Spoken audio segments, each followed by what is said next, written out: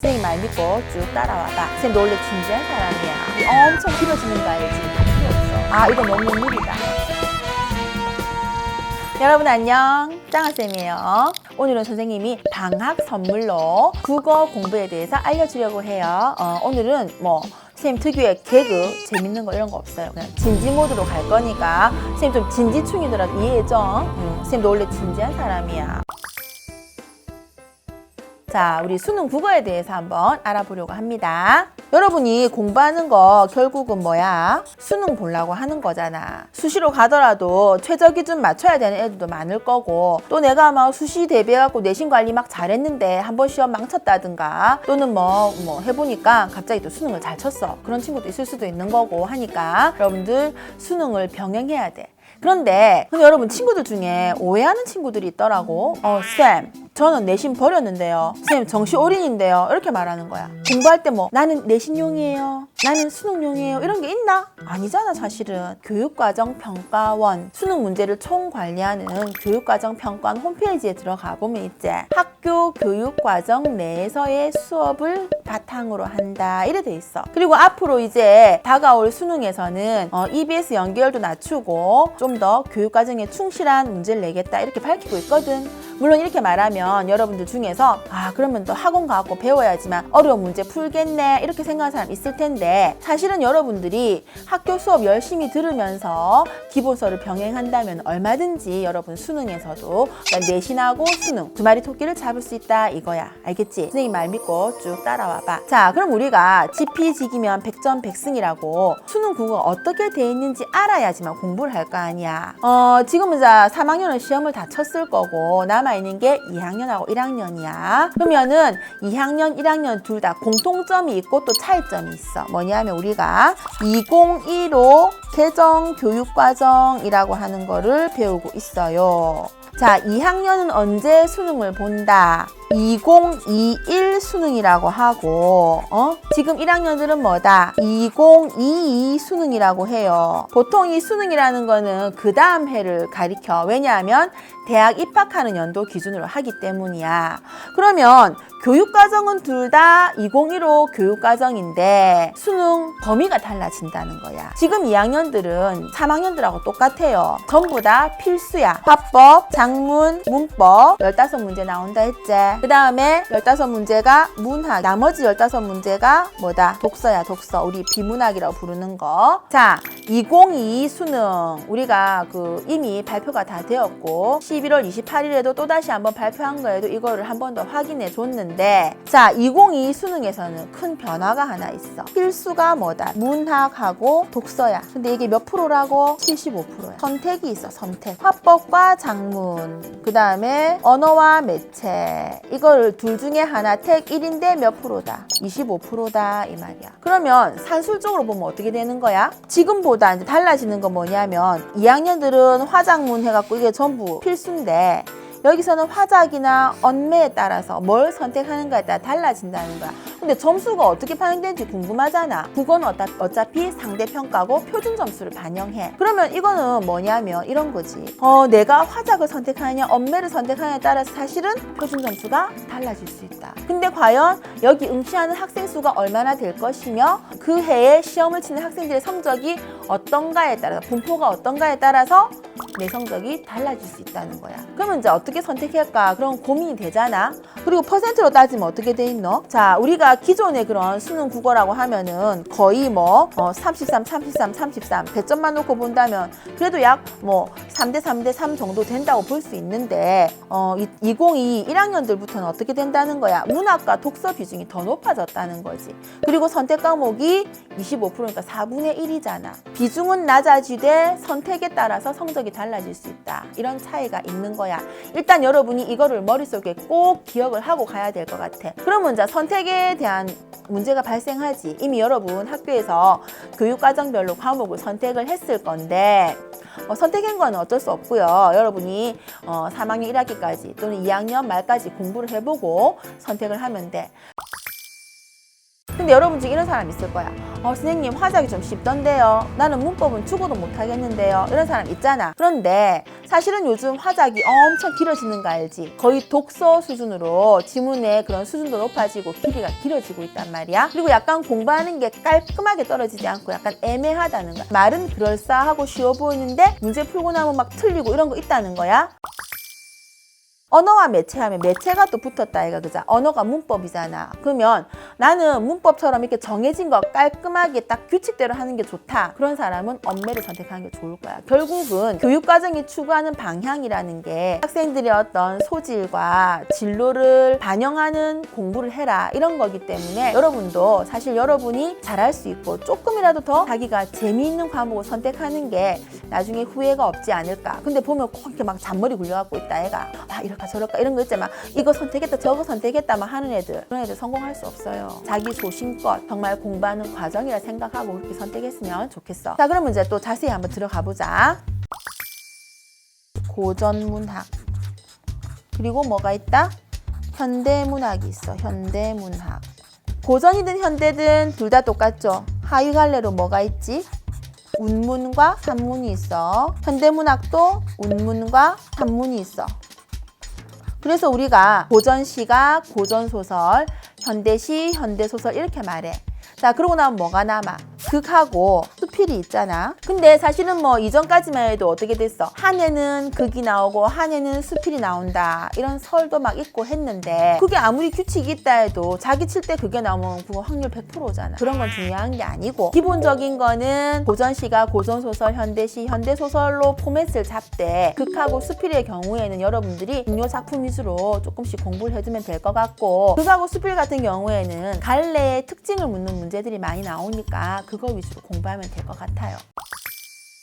자, 그 다음에 이제 비문학이 비문학. 독서라고 하는. 비문학의 말 대신에 독서를 씁시다. 독서를. 자, 그러면 독서는 중학교 때까지만 해도 설명문, 논설문 이렇게 말했는데 고등학교에서는 제재별로, 그러니까 글감이 뭔가에 따라서 나누는데 어떻게 나누더라? 인문, 사회, 과학, 기술, 예술 이렇게 5개 영역으로 크게 나누고 이 중에서 뭐 4개가 나올 수도 있고 짧게 쪼개갖고 아니면 또 융합 지문으로 해가지고 5개가 다 나올 수도 있다 이 말이야. 그리고 이제 독해의 과정, 독서의 방법으로 따져보면 어떻게 나오더라? 사실적 독해, 추론적 독해, 비판적 독해, 상조적 독해 이렇게 해가지고 독해의 과정에 따라 나누기도 하더라 이 말이야. 자, 그러면 여러분이 공부를 어떻게 하느냐. 자, 문학을 먼저 보게 되면 문학이 여러분 고전과 현대 문학이 있고 또 갈래 운문 산문 나뉜다 했잖아. 이 중에서 여러분이 공부라는 건 어때? 남이 안 할 때 해야 돼. 지금 방학이잖아. 방학은 정말로 성적을 많이 할 수 있는 절호의 찬스야. 남들이 안 할 때 내가 해야지만 성적이 올라간다고. 마찬가지로 내가 못하는 걸 해야 올라가. 근데 여러분 어떻게 하고 있지 대부분? 여러분 제일 만만한 게 뭐야? 현대소설이거든? 근데 현대소설 계속 하고 있어. 성적 안 올라가요. 내가 재미없고 하기 싫은 게 뭐야? 고전문학이야. 고전문학 해야 성적이 올라갈 거 아니야. 그러니까 여러분들이 어떻게 하냐면, 자, 선생님은 순위를 주고 싶은 게 고전시가 운문에 해당하는 걸 맨 먼저 했으면 좋겠고, 그 다음에 했으면 하는 게 고전 산문이야. 그 다음에 현대시를 하고 그 다음에 현대소설 하면 되겠다. 쓰다 보니까 선생님이 분류한 순서대로인데 왜 그러냐면, 자, 고전 시간은 어때? 일단은 작품 수가 한정돼 있다는 거야. 그리고 작가가 어떻게? 다 죽었어. 다시 안 살아나. 맞잖아. 고전 문학은 우리가 조선시대까지를 말하잖아. 그지? 그렇기 때문에 더 이상 작가도 없고 새로 나올 작품도 없다는 거야. 그리고 참 역사적으로는 아프지만 어떻다고? 임진왜란 때 불타갖고 책이 많이 사라졌어요. 그래서 장가는 몇 수밖에 안 남았노? 25수밖에 안 남았다 애가. 그 뭐 고전문학 중에서 내려왔는데 뭐 사리부재 해갖고 고려가면 야하다고 또 뭐 책에 수록 안 하고 이렇게 하기 때문에 작품 수가 한정돼 있다는 거야. 그러니까 고전 시간은 100개를 다 했다. 100개 중에 반드시 나와. 근데 현대시 100개 아니라 1000개를 해봐. 시험에 하나 나오면 잘 나오지. 잘 안 나온다 이 말이야. 고전 시간은 중요 작품을 시대별로, 시대가 또 뭐야 결국 갈래잖아. 갈래. 시대에 따라 유행에 따라 사라진 갈래가 있으니까 갈래별로 중요 작품 위주로 해서 그 갈래의 특징을 이해하는 방식으로 쭉 공부를 해 나가면 되고, 현대시 같은 경우에는 작가 중심으로 보되 그냥 개별적인 작품을 감상하는 능력 위주로, 시가 가지고 있는 여러 가지 있잖아. 뭐 표현 방법이라든가 시적 화자, 시적 상황, 주제 구현 방식, 뭐 이런 것들을 가지고 여러분들이 유사성을 가진 작품들을 묶어서 하나씩 정리해 나가는 그런 게 필요하다라는 거. 그게 약간 다르겠지. 고전 소설 같은 경우에는 한문 소설이 있고 그다음에 한글 소설이 있잖아. 그다음에 창작되는 방식을 보게 되면 우리가 한소리계 소설도 있을 수가 있고, 그지? 뭐 군담 소설, 연애 소설, 가족사 소설 이런 것들 있잖아. 고전 소설은 현대 소설보다는 소설적인 완성도는 떨어지지만 어떤 하위 갈래로 묶어가지고 살펴볼 수가 있다는 거야. 뭐 예를 들면 판소리계 소설은 판소리랑 어떻게 다른가라든가, 또 연애 소설 우리가 염정 소설이라고 부르잖아. 그러면 그 소설은 보통 어떻게 돼 있어? 뭐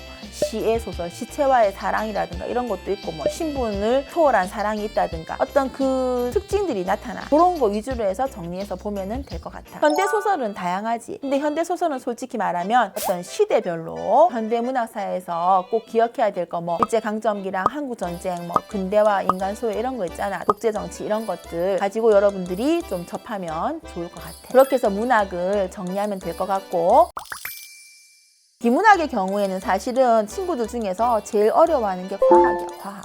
그 다음에 뭐 예술 좀 어려워하는 친구도 있고, 인문 어려워하는 친구고, 다 이게 케바케, 케이스 바이 케이스야. 자기가 어려우면 어려운 거야. 근데 내가 이 내용에 따라서 못 푼다라고 하면은 그 특정한 내용에 해당하는 것만 계속 풀어봐. 책이 몇 권이 되듯이, 될 때까지. 그러다 보면은 거기서 어떤 패턴이 나온다는 거야. 예를 들면 이전에 유전자 조작이 있었다. 또 뭐 인공위성을 쏘았다. 그러면 그 해에는 그와 관련된 것들이 과학의 지문으로 나오곤 했다는 거야. 그럼 지금 뭐 정치적인 이슈가 되는 것들도 그와 관련된 어떤 사회 제도라든가 이론이라든가 이런 것들이 문제에 나올 수 있다는 거야. 자기가 어려워하는 영역의 비문학을 공부할 때는 수첩 같은 걸 하나 만들어 가지고 있잖아. 이지를 붙여. 인문사회, 과학, 기술, 예술 해가지고 거기에 문제 나올 때마다 용어 있지, 용어.